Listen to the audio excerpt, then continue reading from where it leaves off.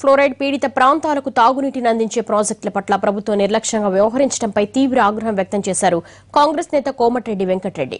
నల్గొండ పట్టణంతో పాటు 542 గ్రామాలకు త్రాగునీటిని అందించే ఉదయసముద్రం చెరువును పరిశీలించిన ఆయన ప్రస్తుత నీటి మట్టం రాబోయే తాగునీటి సమస్యకు అద్దం పడుతోందని ఆవేదన వ్యక్తం చేశారు.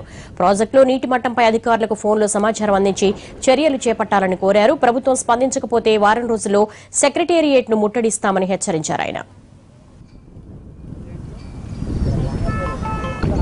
3 ఏళ్లకెళ్ళి దీన్ని పట్టించుకునే నాదులు లేడు, రివ్యూ చేసేవాడ లేడు అనేది 13 ఏళ్ళు దాటిన మోటార్లు మారవాలని చెప్తే ముఖ్యమంత్రి గారు వారం రోజులు కొత్త మోటార్లు కొనిస్తాను ఆయన అన్నాడు.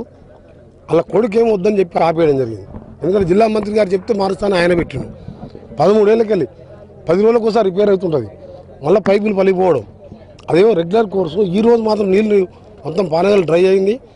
ఒక వారం రోజులలో ఎమ్మడి రేపల్లోని పెట్టి వారం రోజులు చెరువు నింపకపోతే నల్గొండ జిల్లా మొత్తం కూడా ఎడారిగా మారిపోయి తాగునీళ్ళ కోసం ఆత్మహత్యలు చేసుకునే పరిస్థితి కూడా వస్తుంది. రేపు ఒకటేసారి సడన్గా నీళ్లు బంద్ అయితే ఆ గ్రామాల లక్షలాది మంది ఎక్కడ పోవాలని చెప్పి ఈ సందర్భంగా ప్రభుత్వాన్ని ప్రశ్నిస్తూ ముఖ్యమంత్రి గారికి రిక్వెస్ట్ చేస్తున్నాం. నువ్వు ఇంట్లో కూర్చొని బయటికి వెళ్ళేవా ఒకసారి, బయట సమస్యలు తిరుగుతుంటే గ్రామాలలో తిరుగుతుంటే సమస్యలు తెలుస్తాయి.